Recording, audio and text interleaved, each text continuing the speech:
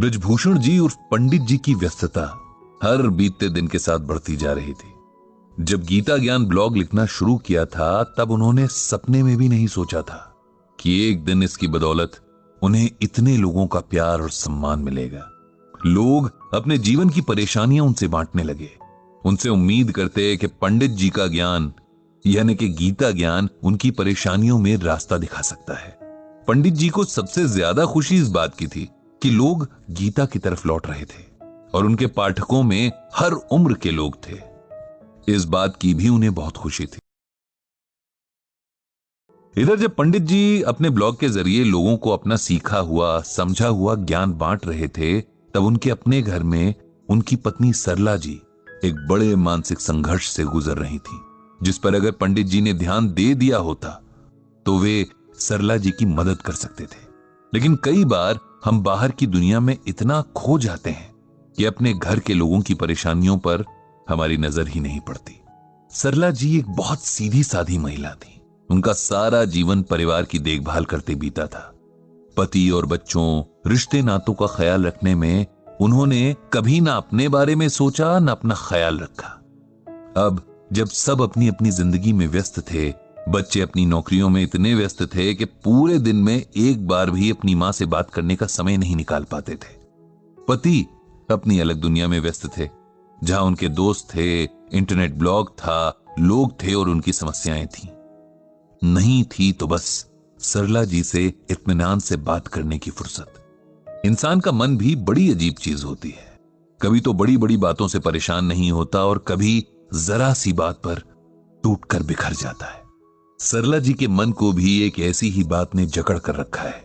वो चाहती हैं कि सारी दुनिया की परेशानियों का हल बताने वाले पंडित जी उनके भी दुख का हल बताएं, लेकिन उनसे खुलकर कुछ कहती भी नहीं। इस सब में सरला जी के शरीर को नुकसान पहुंचना शुरू हो गया।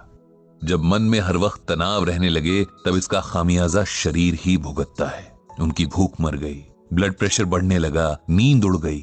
पंडित जी ने डॉक्टर को दिखाया, कुछ टेस्ट भी कराए, पर सब कुछ ठीक ही आया था।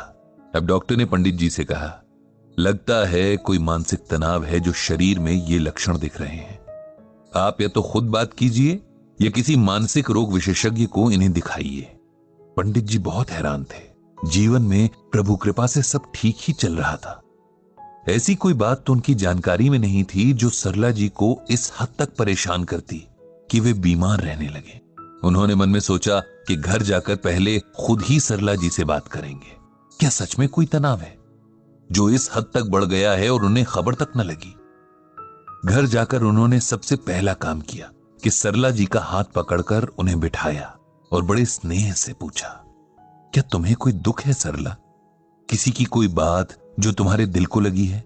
मेरा कोई व्यवहार तुम्हें बुरा लगा या कुछ भी ऐसा हुआ है जिसने तुम्हें परेशान किया है? पता नहीं पति के स्नेह भरे शब्दों का असर था या उनकी आंखों में अपने प्रति झलकती चिंता को देखकर सरला जी के मन का बांध जैसे टूट गया। उनकी आंखों में जो आंसू निकलने शुरू हुए तो लगा आज पूरे घर को डुबो कर ही रुकेंगे।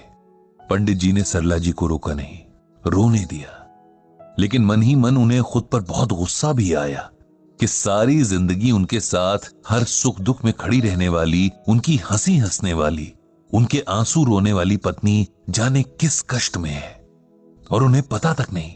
इससे बड़ी शर्म की बात क्या होगी कि अनजान लोगों को उनके दुखों का हल बताने वाले पंडित जी को अपनी पत्नी के दुख की भनक तक नहीं है। खूब रोकर जब सरला जी शांत हुई, तब पंडित जी ने फिर से पूछा कि आपके आंसुओं की वजह क्या है? तब बड़े संकोच के साथ सरला जी ने कहा, मुझे लगता है कि मेरा जीवन व्यर्थ ही गया। न मैंने ऐसा कुछ किया कि इंसान मुझे याद रखें और न ही कुछ ऐसा कि भगवान मुझसे प्रेम करें। न कोई पूजा पाठ, न दान धर्म, न किसी की मदद, न कोई भलाई ही की। मनुष्य जन्म लेकर भी बेकार ही जाने दिया इसे। मुझे लगता है मुझ जैसा बेकार जीवन किसी ने नहीं जिया।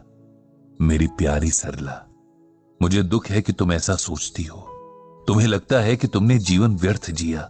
अगर ऐसा है तो इस धरती पर सभी का जीवन व्यर्थ ही है। तुम नहीं जानती कि तुमने कितना सेल्फलेस जीवन जिया है। याद करो वो दिन जब तुम मेरे जीवन में आई थी। कितनी छोटी उम्र थी तुम्हारी।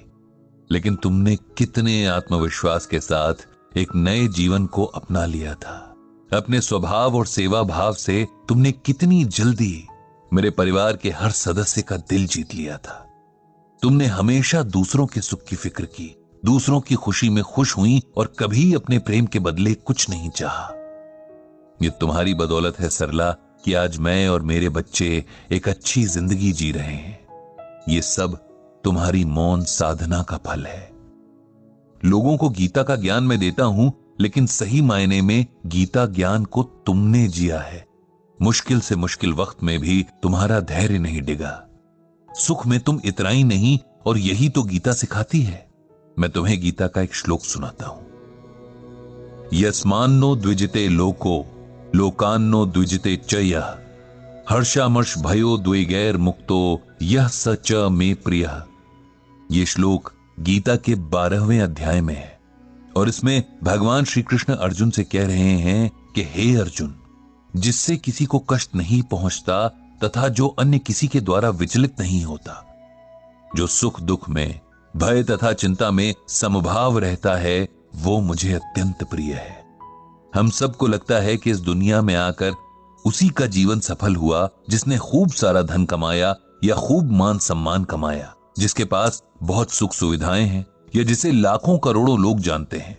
हम सोचते हैं कि ईश्वर को वही भक्त याद रहता है जो बहुत सारा दान करता है या रोज व्रत उपवास रखता है या नंगे पैर मीलों दूर की तीर्थ यात्राएं करता है। लेकिन गीता में स्वयं भगवान श्री कृष्ण ने हमें बताया है कि उन्हें किस तरह के लोग प्रिय हैं। सबसे पहले जो किसी को कष्ट नहीं पहुंचाते। कष्ट पहुंचाने का अर्थ किसी को मारना ही नहीं होता। अपनी बातों और विचारों से भी हम किसी का दिल दुखा सकते हैं। अपने कर्मों के जरिए भी हम किसी का बुरा कर सकते हैं।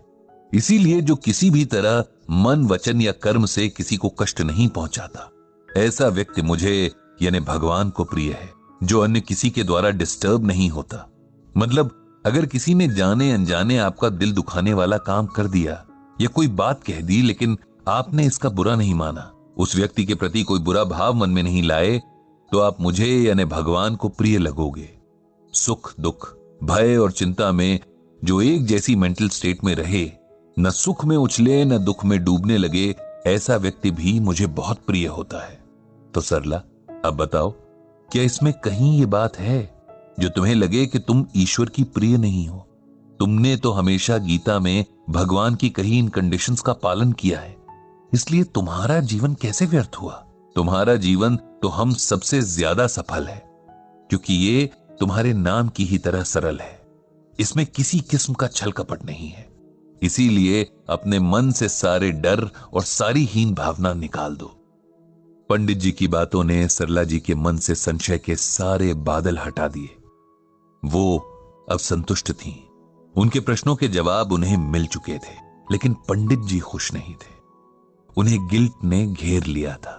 अचानक उन्हें लगने लगा कि उन्हें अपने गीता ज्ञान का अहंकार हो चला था, जिसकी वजह से उन्होंने अपनी पत्नी के मन में पल रहे दुख को महसूस तक नहीं किया। गीता तो अपने आप की खोज करना सिखाती है, अपने हर भाव को महसूस करके सही गलत की पहचान करना सिखाती है। फिर पंडित जी से इतनी बड़ी गलती कैसे होती रही कि जो उनके अस्तित्व का आधा हिस्सा है, उनकी जीवन संगिनी है, वो उनके होते हुए भी अकेले ही अपने मन में अपने प्रति हीन भावना का दंश लेकर जीती रही। उनसे गलती तो हुई है और उसके सुधार के लिए भी उन्हें गीता से ही सहायता मिलेगी। कहीं न कहीं किसी न किसी श्लोक में ऐसा कुछ जरूर होगा जो उनके मन से इस बोझ को उतार कर इस भूल के सुधार की राह बताएगा। ये सोचकर पंडित जी ने अपनी श्रीमद् भागवत गीता खोल ली और मन ही मन भगवान श्री कृष्ण से अनुरोध किया कि हमेशा की तरह उन्हें सही राह दिखाएं।